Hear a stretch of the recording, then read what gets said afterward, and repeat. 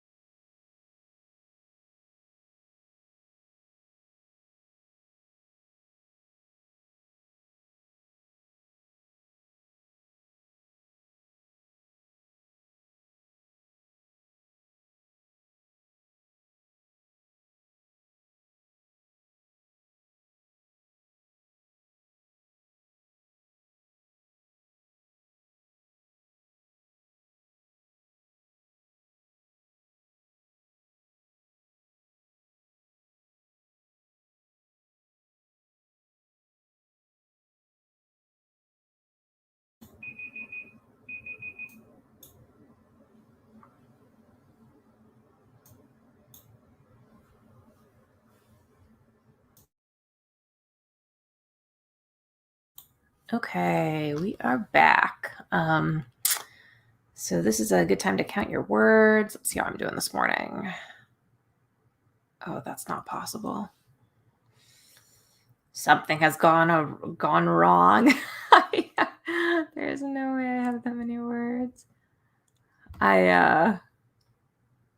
Is there?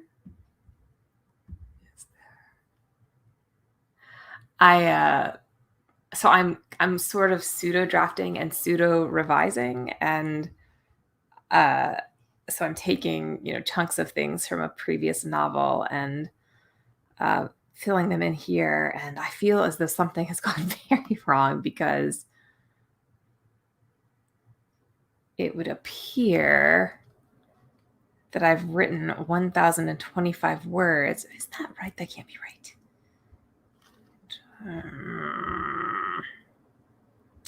Let's see. Yesterday, my manuscript was 27,356 words long. Today, it is 27,603. Oh, no, that is wrong. That's very wrong. My scrivener is clearly counting things wrong. I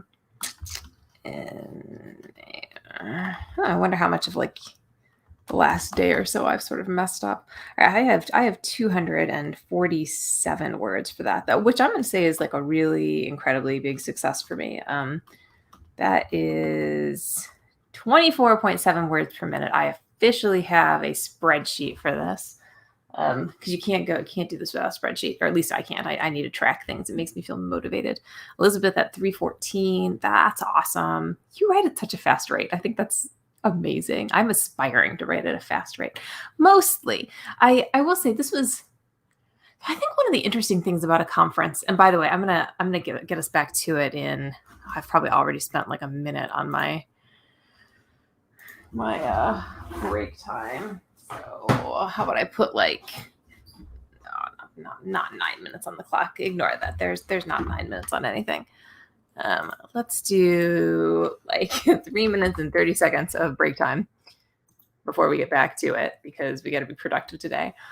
But in any case, so this conference, one of the things I thought was refreshing is that unlike most of the things I've attended recently, a lot of the writers in this group were maybe people who'd self-published, but who were still looking for traditional contracts. So, they have kind of that incentive to be, I don't know, not just a fast writer, which is what I feel like we have to do when we're self-publishing. We get really used to just writing quickly.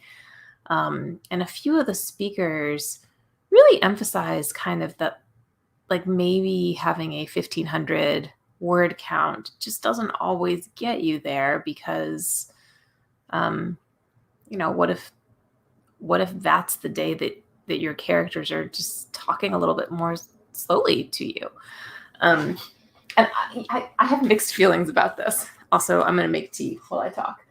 I have mixed feelings because as an indie and a mom with a 10-month-old, I got to get stuff done fast. I don't have time to lose. And then also I understand that time is lost anyway. If I write 1,000 words and 500 of them, are going to later be tossed because they were just terrible words.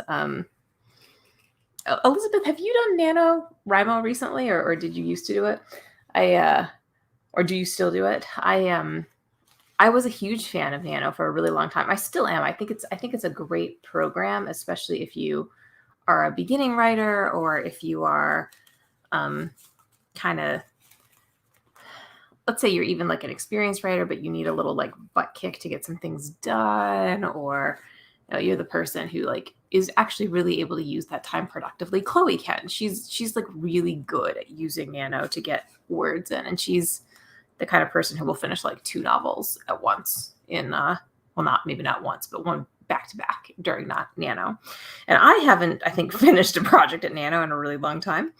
Although I have finished large projects in other months, and I think for me, initially, it was a wonderful program to like learn how to write, with no restraint. And then I realized that the words I was writing weren't they just weren't good enough. Like they weren't thought out enough. They weren't in any order. I would kind of like follow word sprints, but not with word prompts, but not with a beat sheet. So I would end up with like half scenes or scenes that just kind of cut off randomly, because I was like doing anything I could to get in my words. So yeah, I don't. I think it's great, but I think it kind of stopped being as helpful as I needed it to be. So I'm thinking today about how I have a word count goal today, and it's a big one. I still have in-laws here, so I'm trying to get like 2,600 words done today. But I don't know if it's going to happen, and I'm not sure I'm going to force it. That being said, this next sprint is our 30-minute 1K.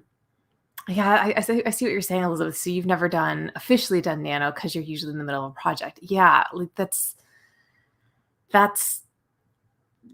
I think that also makes sense for indies or traditional publishers, obviously, because where are you in a project at nano? Like you might not be at the beginning. But anyways, so all of that being said, I'm still going to attempt to get 1,000 words written in this like 30-minute sprint, and I am already 2 minutes behind. So let's go ahead and get started.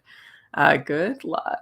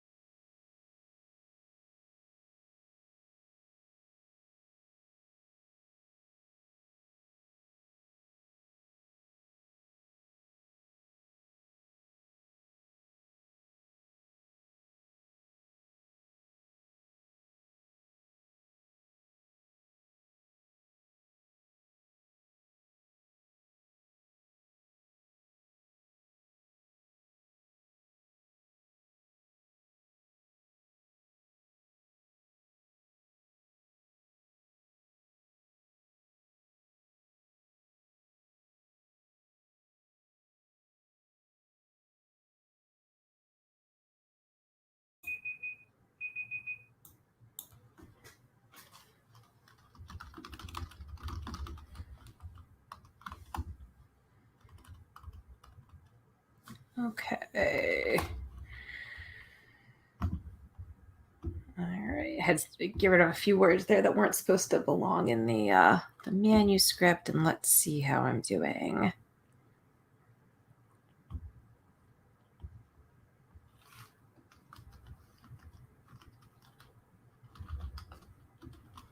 That was 811 words for me. So not bad. Actually, like, pretty good. That's a pretty good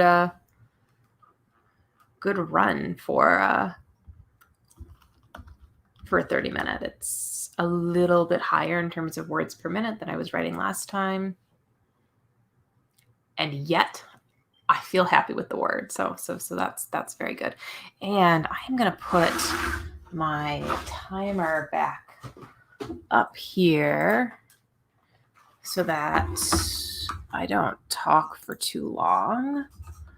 It's already been 30 seconds. All right. Let's give ourselves 4 minutes and 30 seconds. Elizabeth got 987. That is also great. Very nice work, Elizabeth. And I keep forgetting that you're a hybrid publisher too, or well, two. Not that I am one, but that I spent the weekend with a bunch of people who were. And I've been really thinking about this recently. This project that I'm working on right now, it's a young adult standalone project, and if you're watching and you're not me or Elizabeth, then and maybe you haven't done a lot of like sort of research in the indie world, then you may not know that self-publishers tend to do best with series, and that there are certain genres that sell better. So like your romance or cozy mystery or sci-fi or historical ancient Rome history fiction type stuff. Like they're like pretty specific areas, or they're areas where like people mostly read on their Kindles or their phones or whatever. And when you write in those genres, your readers are kind of looking for like a specific kind of candy, right? So like a romance reader comes to you because that person likes a specific formula and they want to read it over and over. It's a little bit of I don't know, sort of a healthy addiction, right? And so they don't want a standalone romance from you. They want a romance, and then they want like another romance, and then they want like another romance after that. And so it is best if you're writing a series, right? And also it's the kind of thing where people don't necessarily feel the need to have like a book in their hands, right? Like you don't have to go to Barnes and Noble and actually like pick up every sci-fi novel that you're going to read or every romance that you're going to read. So those are, I think that's the reason that those books do so well in terms of series. But the young adult market is so different, because a lot of times, like with a young adult book, your reader doesn't want the rest of the series. So, and I love young adult books, but there are actually quite a few series where I've read the first of like a high fantasy or like some kind of like sci-fi fantasy or epic fantasy in YA. And then I know there's another book out there. Maybe there's another 3 or 4 books out there. And I'm sure there are readers who go to those, but unless it's like amazing, I don't, because there are so many good YA books that I kind of want to go on to like the next thing.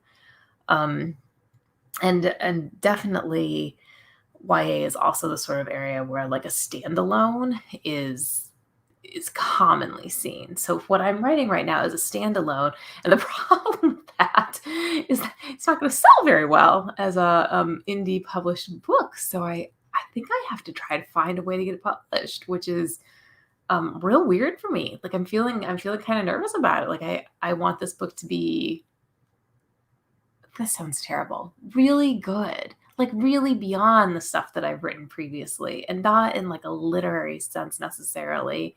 I mean, I'd like for it to be literary, but I'd mostly just like for it to be relevant and interesting, and the kind of thing where like a YA book club would actually pick it up and want to read it. So it's a strange project for me, because, you know, with romance, you want your books to be good and fun and entertaining, but you don't need somebody to write book club questions about them. And also, I've tried YA fantasy before, but I'm usually picturing things that are much bigger than what I'm writing. So it's also weird because I'm writing a book I really care about, but it's also limited.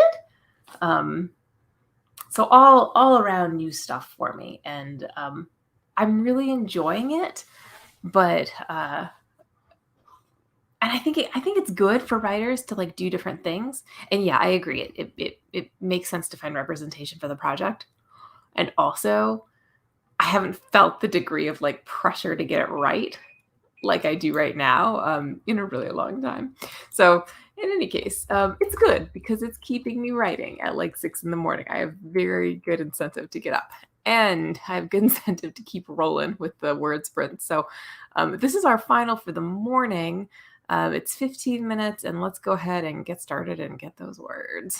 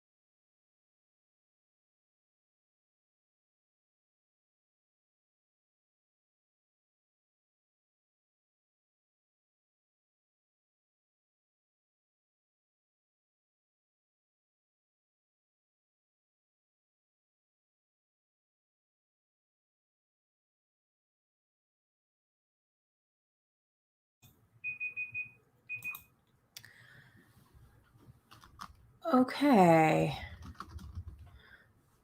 All right. So the baby is standing up in his crib, and that means this was really good timing for me because I got to go in and get him. But let's see how I did there. I made it to 1,326 words for the morning, so that's good. And that was 268 words. It's a little slower than I've been doing, but I'm still overall pretty happy with where this session went. Very nice, Elizabeth. I am very glad that you got that 1364 together and work on a planner and an email. Planners make me really happy in the morning.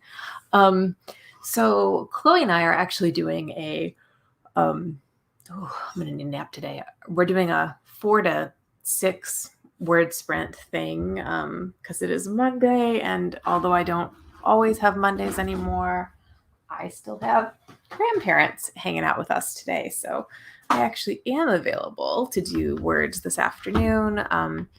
So I know you're kind of a morning person, Elizabeth, and I don't even remember if you usually come to the Monday afternoon sprints, but we have one today. And anybody else who's watching who is going to be awake at that point in the day, or like their brain is going to be awake long enough to do that, please come and join us.